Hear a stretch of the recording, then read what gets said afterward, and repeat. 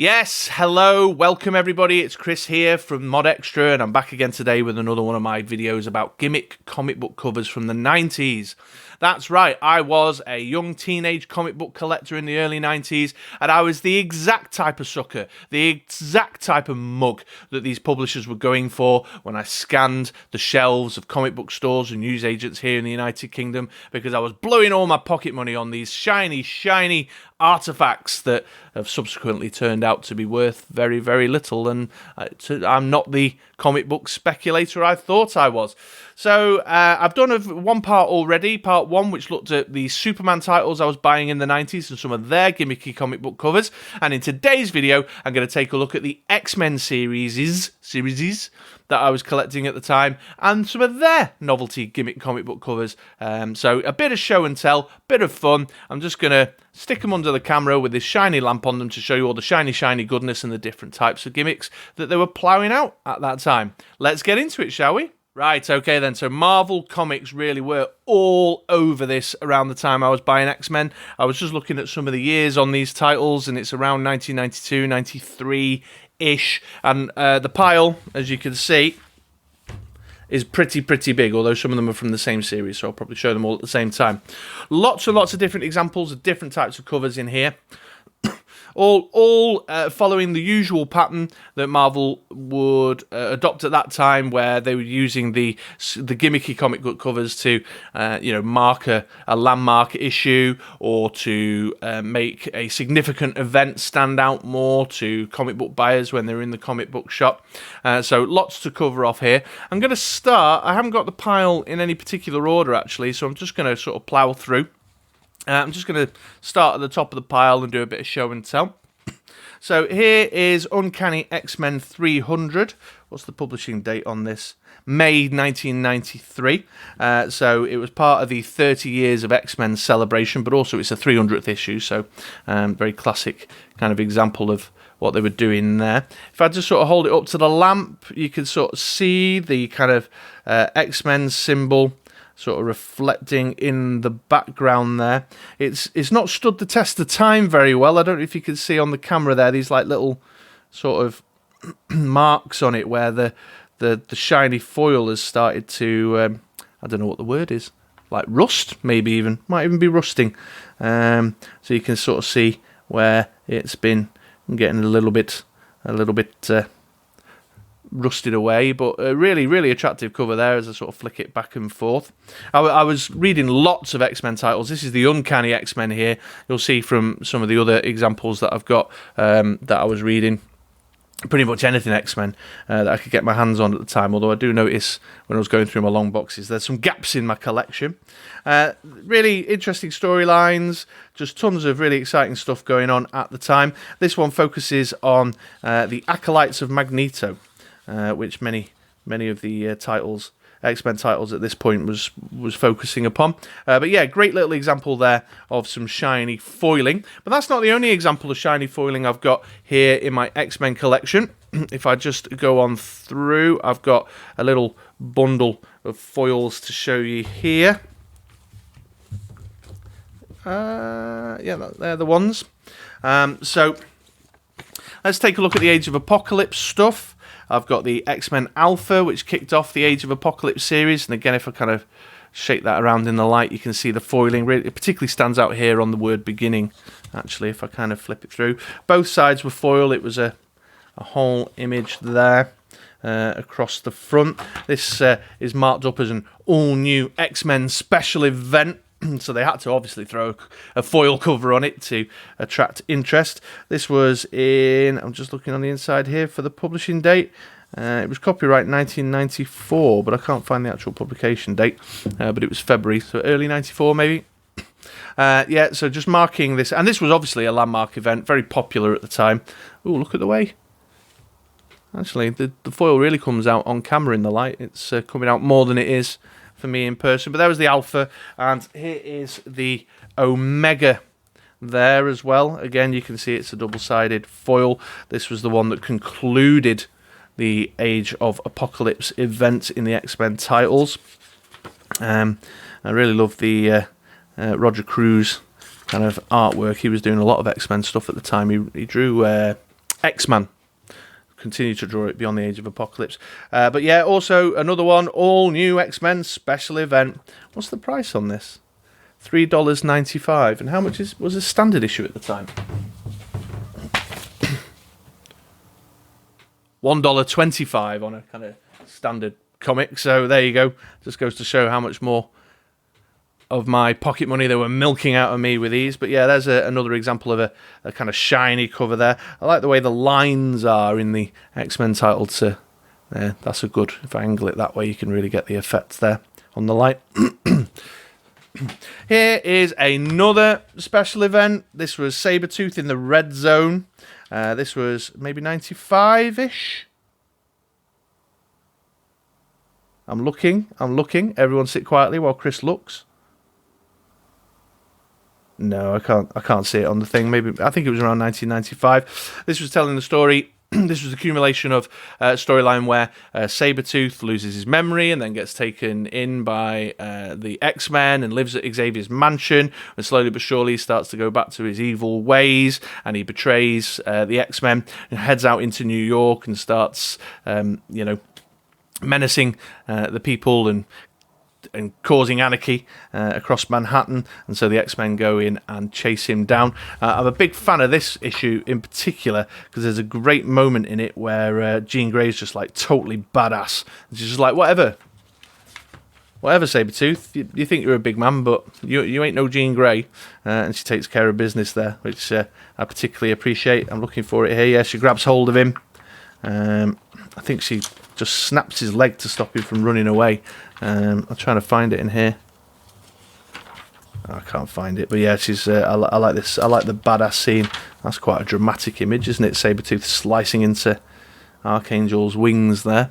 But yeah, you can see again another both sides of the cover. If I open up the inside, you can sort of see the sort of foiling effect on the inside there. This one's definitely, this type definitely stands the test of time better, where it's sort of the metallic cover when you compare it to Uncanny X-Men 300, which was sort of cardboard with foiling effect in it, you know. And then my last sort of couple of foil examples here, I've got Generation X. So this was quite common. A first issue of something or a mini series would get a gimmicky cover to attract attention and get people interested in buying it. This was a great title at the time, actually, Generation X, where it was kind of the replacement for the New Mutants. The kind of team of young mutants in the Xavier school setup. Banshee and the White Queen there with the teachers. Jubilee. There's quite a famous cover from one of the Uncanny X-Men issues around 304-ish, where she leaves the X-Men to join this new mutant team, Generation X. It's got Sam Guthrie's sister in there, Husk, part of the Guthrie family of mutants. Monet St. Croix, who's become a significant X-Men character and has been around for years and years and years now. We've got Chamber as well, who crops up every now and again. So a great title, but again, this is just a great example of Marvel looking to capture, Chris with paperboy money to burn. How are we going to get him to read this first issue of a new title? How are we going to get him interested in this? I tell you what we're going to do. We're going to slap a foil cover on it and charge him $4 instead of $1.50. Or in my world, $5 instead of £2, you know. So there's Generation X. And then the last one here in the kind of foiling, this is an interesting one. This is X-Men Prime. So what they've done is they've kind of done a kind of a transparent effect on the cover there, and put this this front page in with the sort of glowing sun effect, so that not only have you got the glowing cover, but you've also got this kind of background adding to it. It's another two-sider there. You can see all of the kind of popular X-Men characters of that time: Cyclops, Gambit, Psylocke, Rogue, Angel, Beast. We've got Bishop, Storm, and Wolverine on the front. Wolverine with his bone claws. I'll talk about that in a minute. With his bone claws instead of his adamantium claws. And this is the first a special issue, another special issue, just to milk more cash out of me that particular month. When was this?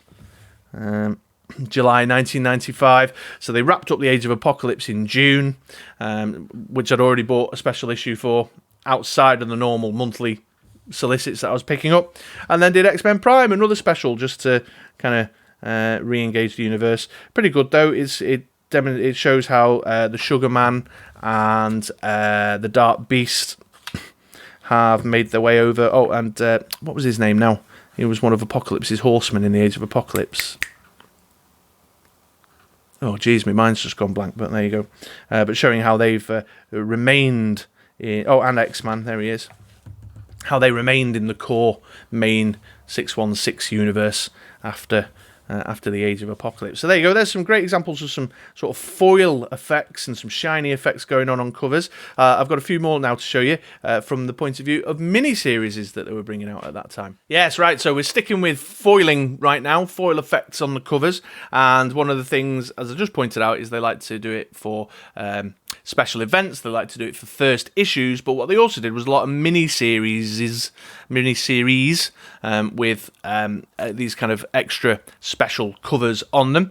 Here is Gambit number 1, another one that's not stood the test of time very well. You can see it started to break at the spine there a little bit, but it's a standard kind of cardboard cover, but they've tied in this sort of foiling effect. Indented, I don't know, maybe that's the official language, with Gambit there chucking a couple of his energy cards. An interesting mini-series, this one, looking at Gambit's relationship with the Thieves Guild in New Orleans, and also examining his relationship with Rogue a lot more, which was obviously an ongoing saga in the X-Men stories. Speaking of Rogue, another example of a mini-series at the time, I found 2 of these. I can't find issue 2 and 4 anywhere. I don't know, they'll be in the boxes. But you can see again, it's that kind of cardboard cover, the standard thick card cover, with just a little bit of foiling added in to the title there to, again, make it a little bit more attractive. All with, first issue collector's item, all new X-Men limited series, finally because you demanded it, all that stuff, again, to really attract sucker Chris to spend his hard-earned cash. $2.95 this one, not quite as... a premium price compared to some of the other foils, and there you can see issue 3 they continued the effect, and this is also evident with Bishop issue 1. Got this kind of again hardcover or harder cover card cover with all this kind of shiny stuff around his kind of gathering energy and that. At last, the time lost X-Man in his own series, and once again, it's a first issue collector's item. And if I kind of hold that up to the light, you can sort of see the foiling effect going on just here in the cover. So yeah, there's some examples of some mini series that were using these foiling effects to make them more attractive and to get teenagers, dumbass teenagers like myself, to fork out their like I say, their paperboy money. But we've got sort of limited series or crossovers that were signified using similar effects to catch the eye of the reader. Here is, let me just get all these together. I'm missing a couple of these again. I can't find them. The Phalanx Covenant, which was a big X-Men wide crossover event that took place in 96, maybe? Oh, no. I'm going far too late. It was in 1994. And the Phalanx Covenant were about this strange techno-organic space hive creature alien thing that had come to Earth and was taking over mutants to steal their powers. So you got the Generation Next storyline that looks like that was panning out across the titles, and then they moved on to Life Signs, and you can see on these, if I just again hold it up to the light, you can see on this one with Forge there in the foreground, we've got this little shiny foil stripe on the harder card cover. So this little foil stripe there. I mean, honestly, in the grand scheme of things, that really is negligible. I don't know that foil stripe really actually adds anything to the artwork or to the to the reader experience. It really was just so that they could take a bit of extra cash out of my pocket, I think. There's the Wolverine one. I mean, what does that actually do? It has got the little kind of the phalanx sort of techno. I don't know if you can see that in the light there as I sort of flick it back and forward. But when you compare it to, say, you know, something like the X-Men Age of Apocalypse, which is like significant and ooh, look at that, shiny, and it's a special one-off issue. I mean, I'm not justifying it, I suppose. You know, I've repeatedly said that I was a sucker for these things, but it does make me question the thinking, the reasoning. You know, the cynic in me says it was just to bleed more cash. So yeah, there we go. There's some examples, some further examples of kind of foiling effects on X-Men 90s gimmicky comic book covers. Now let's take a look at a couple of others that were all about being, well, other novelties that involved cardboard. That's what it is. Let's move on to that. Right, okay then. So let's have a look at some of these other novelty covers that involved using sort of cardboard cutouts and things. So here is a Wolverine 50.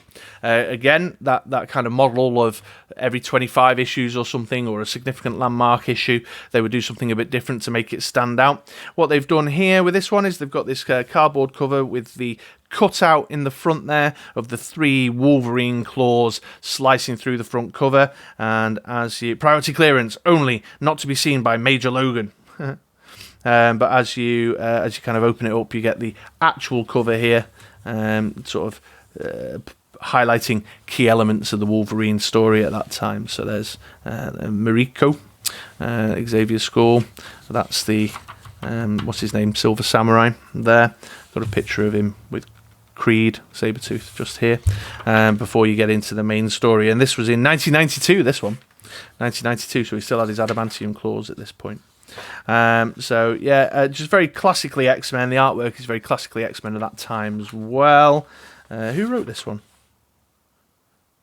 Oh, this is a little Easter egg here. The script was written by Lethal Larry Hama.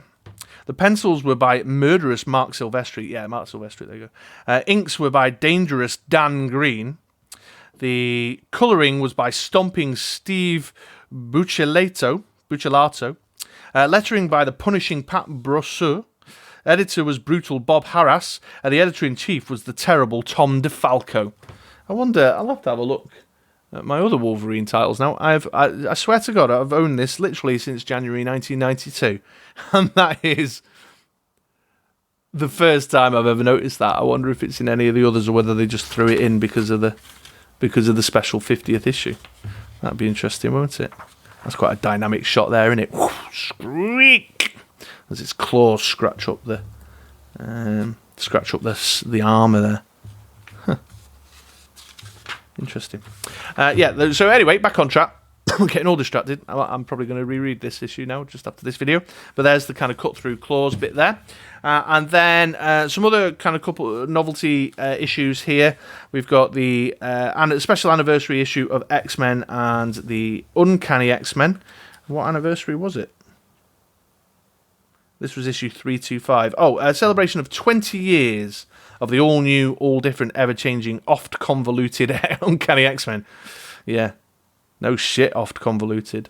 And is this one advertising it as the same? No, this was issue 45, but okay, whatever. But let's have a look at the kind of the key element. So it's a fold out. It's a fold out extended title. So if I just do that, you've got this kind of shiny foiling Uncanny X-Men bit here. This is Storm, Wolverine and Cyclops having a battle with what was the Murlocs at that time. What was the Murlocs at the time? So yeah, like a big gatefold, maybe? Is that the word? Or gatefold cover. So there we are there. This is Joe, apologies for the pronunciation, Joe Madureira. I always kind of liked... At the time, I was a bit... Oh, there's Monet. At the time, I was a big fan of this kind of bold... This kind of more bold kind of artwork. I mentioned that some of the stuff I liked, what they were doing in DC. But, yeah, in later years, I'm kind of less of a fan. Changing tastes. But here's the X-Men issue as well. Same for the anniversary. Using the same concept here now. They've gone lengthways with this one. They've gone... portrait. So here we go. There's Rogue and Gambit, Mr. Sinister and Iceman. I think, if I remember right, this issue was around the time they were exploring Gambit's relationship to Mr. Sinister, and finding out that he had a part to play in a mutant Murloc massacre. Maybe that was around this time. Perhaps a quick flick through will refresh my memory. No, a quick flick through is not refreshing my memory.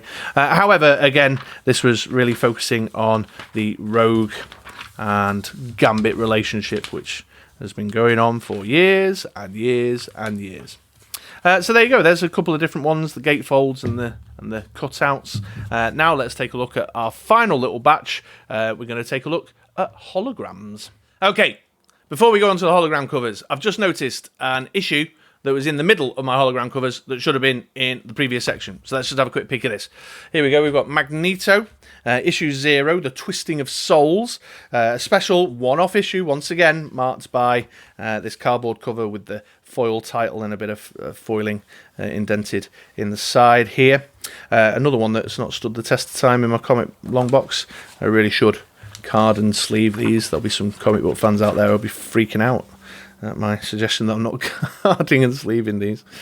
But two stories in here, not particularly significant in terms of the ongoing X-Men narrative at the time, but great insight into the character of Magneto, no less. And again, just another great example of them doing a special and marking that special and attracting buyers like me to pick up that special that was outside of the usual monthly titles that I bought, by giving it the shiny cover and making it look like it was going to be a really, an investment for the future, a cash investment for the future, which it clearly hasn't turned out to be. So yeah, another great example there. Right, now let's get into the holograms. So what have I got on the holograms here? I have the Fatal Attraction storyline. Great example of using holograms in comic book covers. This was, as you can see, X-Force, X-Factor, Excalibur, X-Men, Uncanny X-Men, Wolverine. This was a cross, multi-comic arc that was a crossover across all these different X titles. Quite a significant event happened in these titles, but it was the accumulation actually of that. So I mentioned about Magneto and his acolytes and living on Asteroid M and getting up to no good. This was the accumulation of a big kind of epic finale to what had been building up towards that. But they marked the occasion with the holograms on the covers.